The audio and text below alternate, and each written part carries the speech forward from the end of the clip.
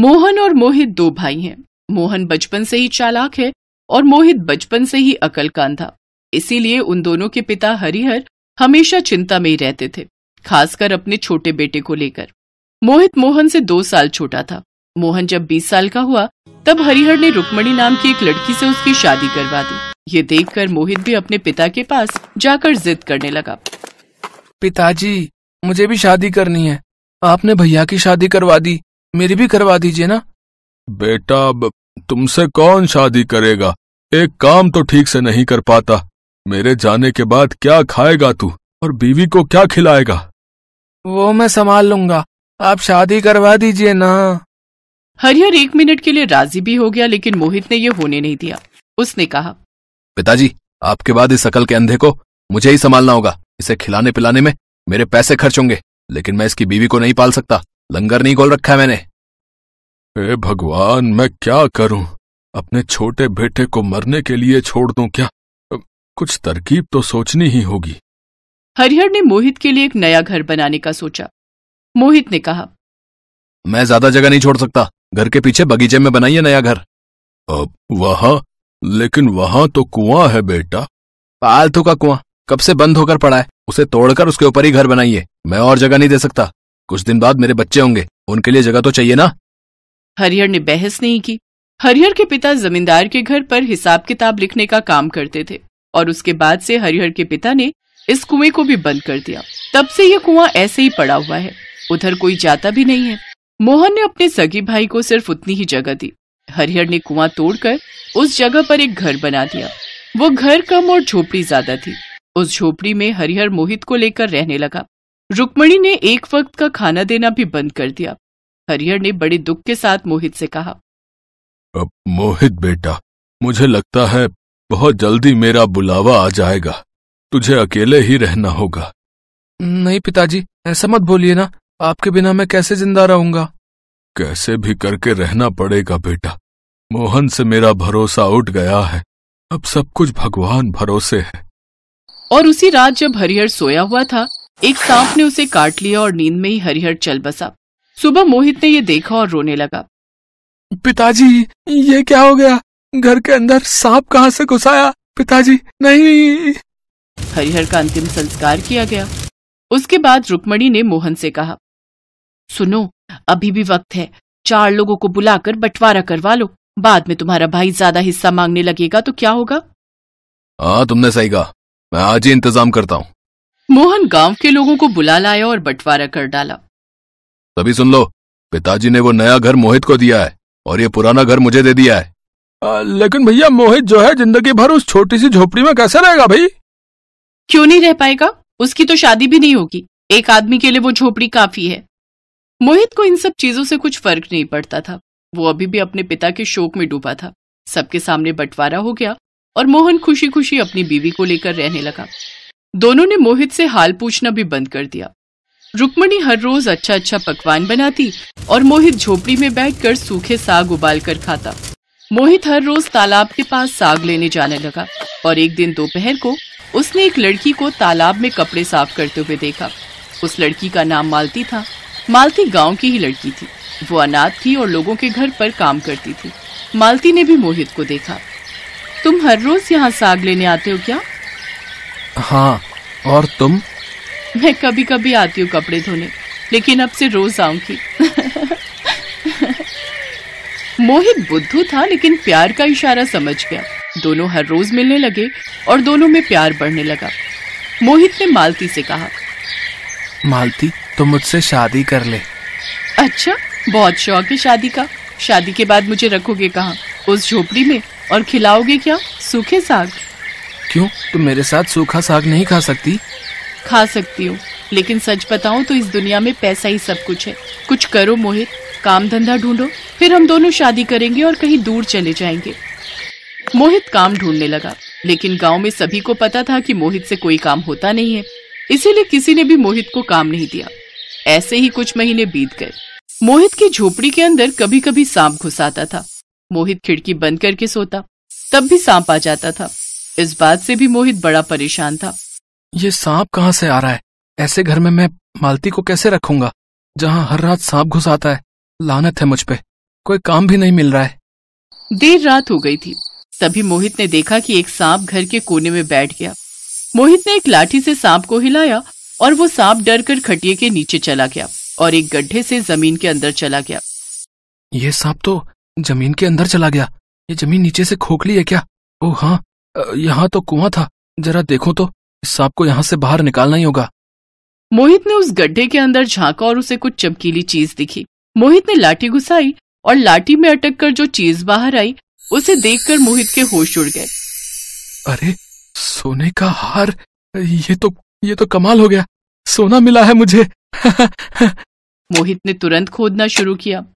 अंदर से वो सांप निकलकर झोपड़ी के बाहर भाग गया और मोहित को ढेर सारा सोना मिला। सोने से कुआं भरा हुआ था।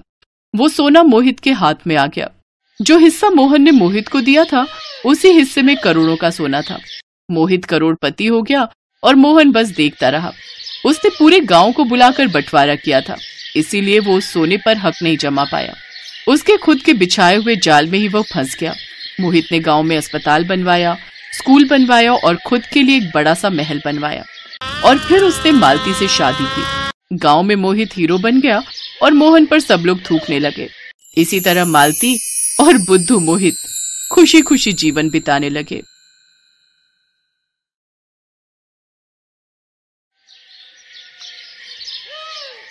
हरिया सोकर उठा ही था कि उसकी पत्नी रूपा बोली, सुनो जी, अब घर में रोटी सब्जी कैसे बनेगी? चूल्हा जलाने के लिए ईंधन भी खत्म हो गया है। तुम कोई काम वगैरह ढूंढने की कोशिश करो जी। रूपा, तुम्हारे सामने रोजाना ही सेठ जी के पास काम मांगने जाता हूँ और रोजाना मुझे टालकर खेती का काम दूसरे मजदूरों से करवा लेते हैं। तो तुम सेठ जी की जगह किसी और से काम मांग लो। तुम्हें पता है, सेठ जी ऊंच नीच का वहम करते हैं। वो हमें अपने से छोटा समझते हैं। वो तुमसे अपने खेतों में काम नहीं करवाएंगे। ठीक है, देखता हूँ। आज एक दो जगह जाकर अल्लाह कुएं से एक बाल्टी पानी खींच दे, मैं नहा धो लेता हूँ। गांव में जो भी बड़े जमींदार थे सब हरिया से भेदभाव करते थे और उसे काम ना होने का बहाना करते थे। अब तो एक ही रास्ता है, दूसरे गांव जाकर काम की तलाशी करनी होगी।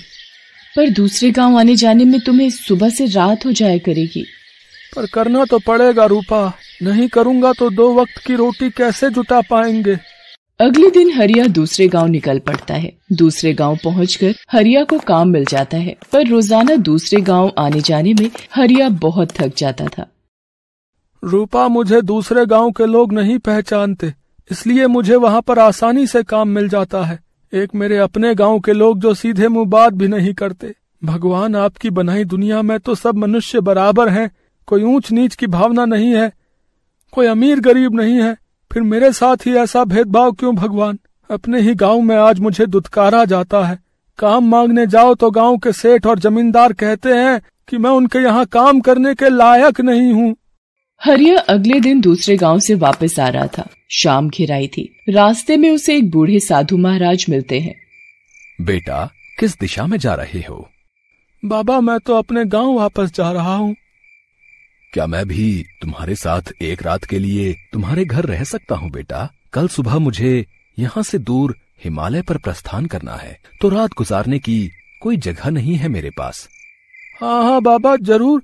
आप मेरे साथ मेरे घर चलिए और आराम से रात बिता सकते हैं। पर क्या हुआ बेटा, तुम रुक क्यों गए? अगर तुम मेरा अपने साथ जाना पसंद नहीं करते या तुम्हारे साथ चलने में कोई अड़चन है तो मैं नहीं जाऊंगा बेटा। कोई बात नहीं, मैं यहाँ जंगल में ही रात गुजार दूंगा। नहीं बाबा, ऐसी कोई बात नहीं है। पर क्या आप मेरे घर रह पाओगे? मेरे यहाँ तो गांव का कोई भी व्यक्ति नहीं आता। सब मेरे से दूर भागते हैं। सब कहते हैं कि मैं उन सब से बहुत छोटा हूँ, उन सब के साथ बैठने उठने लायक नहीं हूँ। बस यही सोच रहा था बाबा। नहीं बेटा, व्यक्ति छोटा या बड़ा नहीं होता, उसके कर्म ही उसे बड़ा बनाते हैं। मैं तुम्हारे घर में खुशी खुशी रात बिता सकता हूँ।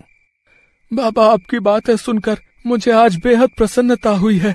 आज कोई अतिथि मेरे घर में आएगा तो रूपा को भी बहुत खुशी होगी। हरिया उन साधु महाराज को अपने साथ घर ले आता है और रूपा से गरम गरम रोटी बनाने के लिए कहता है। रूपा, बहुत समय के पश्चात हमारे घर कोई अतिथि पधारे हैं और वो भी साधु महाराज के रूप में। तुम एक काम करो, जो भी आटा रखा है उसकी गरम रोटियां बनाकर ऊपर गुड़ रख कर दे दो। बाबा, ये लीजिए गरम रोटी और गुड़। हमारा अहोभाग्य है जो आप हमारे यहाँ पधारे हैं बाबा।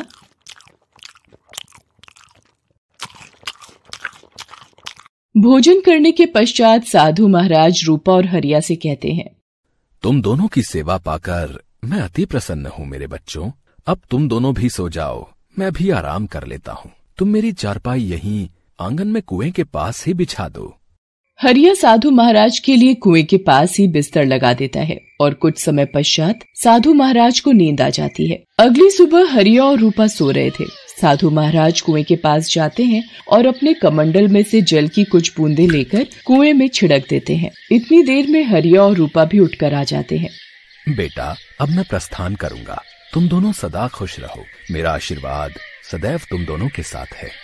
साधु महाराज वहाँ से प्रस्थान कर जाते हैं और हरिया रोजाना की भांति दूसरे गांव काम के लिए जाने लगता है। अचानक एक दिन,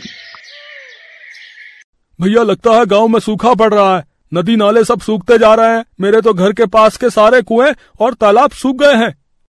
सुदर्शन जी, आपकी तो छोड़ो, हमारे साथ भी यही कहानी है। मेरे अपने घर में भी इतना गहरा कुआं खुदवाया हुआ है, वो भी पूरा सूख चुका है। एक बूंद भी पानी की नहीं है। मुझे तो लगता है कि हमें गांव के चौधरी जी से बात करनी चाहिए। सब लोग गांव के चौधरी के पास जाते हैं, पर वहाँ तो, अजी सुनते हो, घर में चूल्हा कैसे जलेगा, भोजन कैसे बनेगा, पानी की एक बूंद भी नहीं है, सारे मटके और बर्तन खाली पड़े हैं, घर के दोनों कुएं सूख चुके हैं, कहाँ से आएगा पानी पीने का। गांव के इतने बड़े जमींदार हो, तुम्हें पता है गांव में सूखा पड़ चुका है, कुछ तो उपाय सोचो। अब गांव में सूखा पड़ गया है, हम भी क्या करें। जो थोड़ा बहुत पानी था मैंने तुम्हें मंगवा कर दे दिया। अब सारे नौकर चाकर भी दूर गांव से पानी ला ला कर थक गए हैं। कोई भी हमें अपने गांव से पानी नहीं देता है। सबको अपने गांव की चिंता है, इसलिए हर कोई अपने गांव में पानी बचा कर रखना चाहता है कि कहीं वहां भी सूखा ना पड़ जाए। चौधरी साहब, हम सब की भी यही विपदा है कि गांव में पानी कहाँ से आए। पानी की एक बूंद भी गांव में नहीं है चौधरी साहब। सब घरों का बुरा हाल है। गांव के सारे कुएं, तालाब, नदी, नाले सब सूख चुके हैं। कहीं भी पानी की एक बूंद नहीं है। मालिक, कुछ कीजिए चौधरी साहब। गांव में सूखा पड़ जाने से सब लोग बहुत परेशान थे। उधर हरिया और रूपा हैरान थे। रूपा, पूरे गांव में सूखा पड़ा हुआ है, कहीं भी पानी की एक बूंद नहीं है, पर हमारे कुएं में तो पानी पूरी तरह से भरा हुआ है और वो भी साफ और मीठा। ऐसा कैसे हो सकता है रूपा कि गांव के सभी कुएं और तालाब सूख गए हैं पर हमारे कुएं का पानी नहीं सूखा। मुझे तो ये उन्हीं साधु बाबा का चमत्कार लगता है जो उस दिन हमारे यहाँ रात में ठहरे थे। मैंने उन्हें कमंडल से कुछ जल की बूंदें इस कुएं में छिड़कते हुए देखा था। शायद उन्हें एहसास हो गया था कि इस गांव में सूखा पड़ने वाला है। हे साधु महाराज, आप जहाँ कहीं भी हैं, हमारी तरफ से धन्यवाद स्वीकार कीजिए। हरिया और रूपा मन ही मन उन साधु महाराज को धन्यवाद करते हैं। उधर जब ये बात जमींदार को पता चलती है तो वो भी हैरान रह जाता है। क्या उस गरीब का कुआं पानी से भरा हुआ है? ऐसा कैसे हो सकता है? ये तो असंभव है कि पूरे गांव में पानी की एक बूंद नहीं है और हरिया का कुआं पानी से भरा हुआ है। तो आप नौकरों को भेजकर हरिया के कुएं से पानी मंगवा लीजिए, कम से कम बच्चों को पानी तो मिलेगा। बार बार प्यास से बिलख रहे हैं। पर हम हरिया के घर का पानी कैसे पी सकते हैं? वो हमारी बिरादरी का नहीं है। हम ऐसा कैसे कर सकते हैं? हम एक जमींदार होकर एक गरीब के घर का पानी पिएंगे?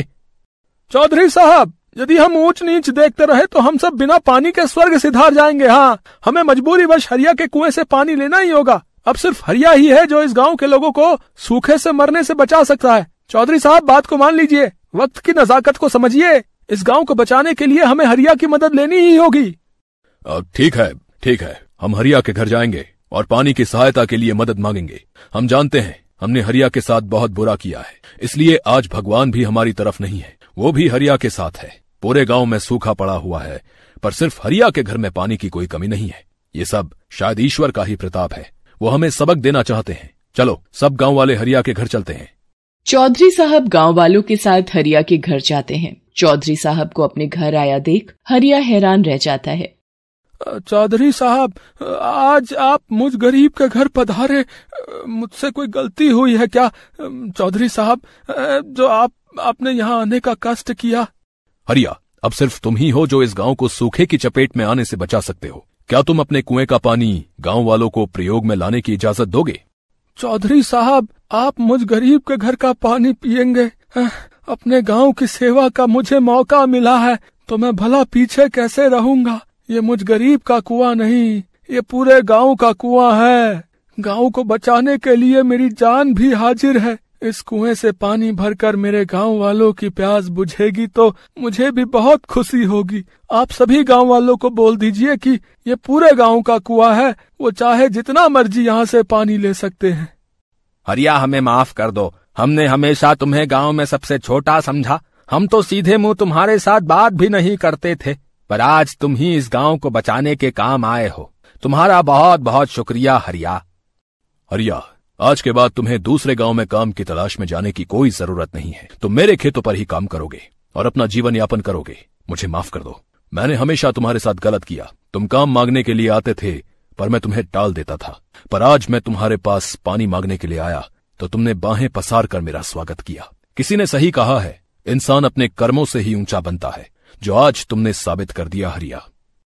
हरिया को उसकी अच्छाई का फल मिल गया था और आज एक गरीब का कुआं अपने जल से ऊंच नीच के भेदभाव को धो चुका था। Thanks for watching.